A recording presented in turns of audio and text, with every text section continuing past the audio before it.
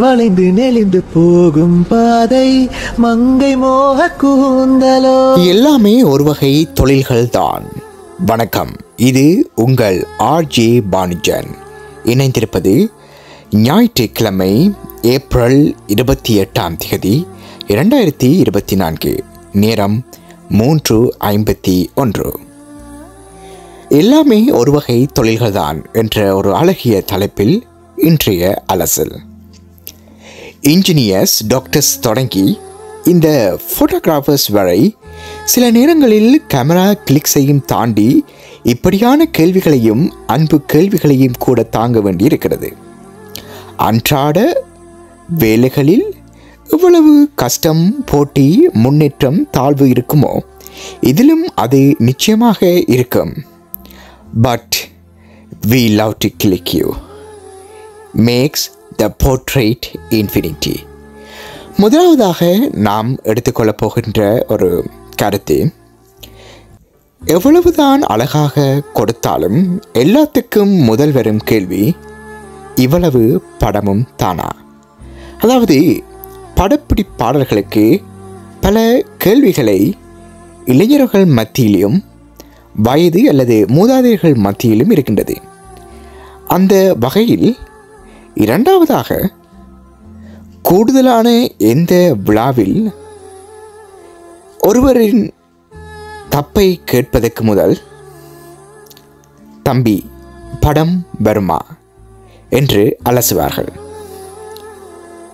மூன்றாவதாக, 60 பிறந்தவர்களில் இருந்து 2000க்கு பிறகு பிறந்தவர் வரை கூப்பிடுவது, படம் எடுக்கிறவர் இப்ப கேமரா காய். ஒரு குரூப் படம் ஒழுங்குபடுத்தி தரவி வருஷக்கணக்காகும் என கேட்டால், இந்த படம் எடுக்கிறவங்களே இப்படித்தான் என்பார்கள். நடு ரோட்டில் உள்ள காரை நிப்பாட்டி கூட கேப்பினம், இந்த ஐஃபோனில் ஒரு படம் எடுத்து தாங்கோ, நீங்கள் எடுத்தா சரியா வரும். இவ்வாறான கேள்விகள் ஒரு கேமரா காயிடம் இன்றைய தலைமுறையில் விலாசப்படுகின்றது. அதே போது எல்லாம் முடிஞ்சு பேக்கெல்லாம் ஓடின பிறகு ஒரு கூட்டம் வரும், ஒரு படம் எடுக்க வேணும், பேக் பண்ணிட்டீங்களா என்பார்கள். இன்னொரு விசேஷத்தில் சாப்பாட்டில் கை வைக்கிற நேரம் தெரியாத மாதிரி ஒரு கேள்வி கேட்பாங்க. அதாவது, இன்றைக்கு நீங்கள் படம் எடுக்கலையோ? எட்டாவது, போய் சாப்பிடுங்க என்று சொல்லி 2 நிமிஷத்தில் ஒருவர் வருவார். ஒரு குடும்பம் அவசரமாக வெளிக்கிட வேணுமாம், ஒரு படம் மட்டும் எடுக்க முடியுமா உங்களால்? இவ்வாறான கேள்விகள், நீங்களும் ஒரு கேமரா காயாக இருந்தால், உங்களுக்கும் இந்த ஒரு அனுபவம் இருந்தால் ஷேர் பண்ணுங்கள்.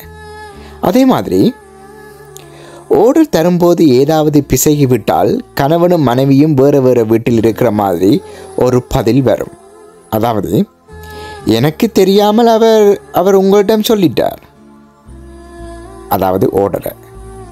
10வதாக, இப்போ எல்லோரும் சாரி கட்டுறதே ஒரு மாதிரி இதுக்குள்ள படம் வந்தவுடன் என்ற உடுப்பு வலப்பக்கம் இடப்பக்கம் தெரியுது, ஏதும் போட்டோஷாப் செய்யலுமோ என்று சில பேர்.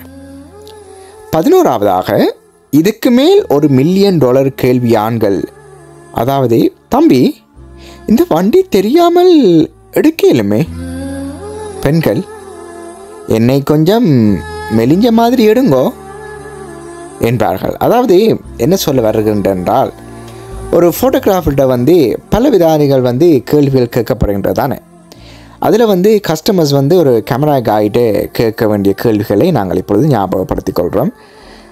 அதில் தான் இப்பொழுது ரீகேப் என்னவென்றால், இந்த ஆண்கள் ஏதாவது ஆப்ஜெக்ட்ஸ் இடையூறாக இருந்தால் அந்த இடையூறை ஃபோட்டோஷாப்பில் எடுக்க சொல்லுவீங்க. அல்லது பெண்கள் மெலிஞ்ச மாதிரியான ஒரு உருவத்துக்கு தங்களை கொண்டு வர சொல்லுவீங்க.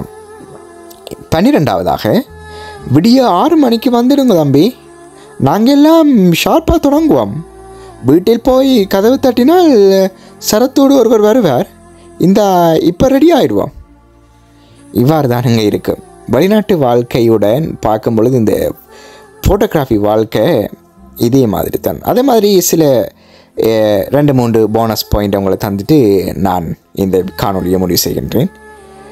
உங்கள்கிட்ட $1 கொடுத்து ஒரு படம் கூட எடுத்திருக்க மாட்டினோம், பட் ஃபோனு ஃபங்க்ஷனில் எந்த படத்தை தவற விட்டுட்டீங்கள் என்பார்கள்.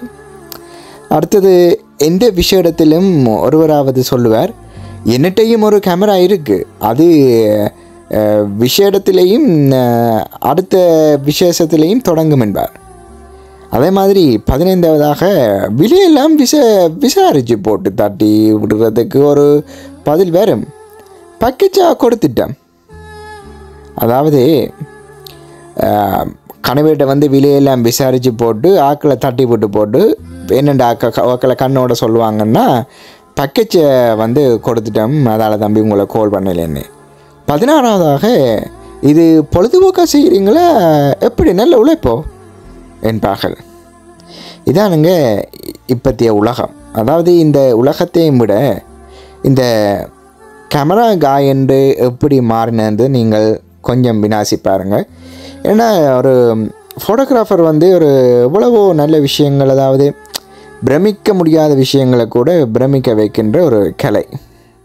அந்த கலைகளில் நாங்கள் சிதைஞ்சு போகுதுன்னு சொல்லிக்கொண்டு அதை வீணடிக்கக்கூடாது. அடுத்ததாக நமது கஸ்டமருக்கும் இப்படியான காணொளிகளை அனுப்பினா, அல்லது அந்த கிளையண்ட்ஸ் நம்முடைய ஏதாவது ஆர்டர் எடுக்கும்போது இப்படியான காணொளி அவங்களுக்கு டேக் பண்ணி விட்டால் அவங்களே உஷாராகிடுவாங்க. அடே இந்த கேமராமேன் கொஞ்சம் சேஃபாக இருக்கிறான், அவனுக்கு உலகத்தில் நடக்கிற எல்லாமே தெரியுதுன்னு சொல்லி. ஸோ இப்படி பல விஷயங்கள் உலகத்தில் இருக்குது. அதை நீங்களும் ஒரு புது பார்வையாளராக இந்த வீடியோ பார்க்குறீர்கள் என்றால் ஜெயமாருதி ப்ரொடக்ஷன் ஊடாக நீங்கள் பார்க்கலாம். அதுவரை விலாசித்தல்வோம் அடுத்த ஒரு காணொளியில். இது உங்கள் வாய்ஸ் RJ பானுஜன். சந்திப்போம் நண்பர்களே.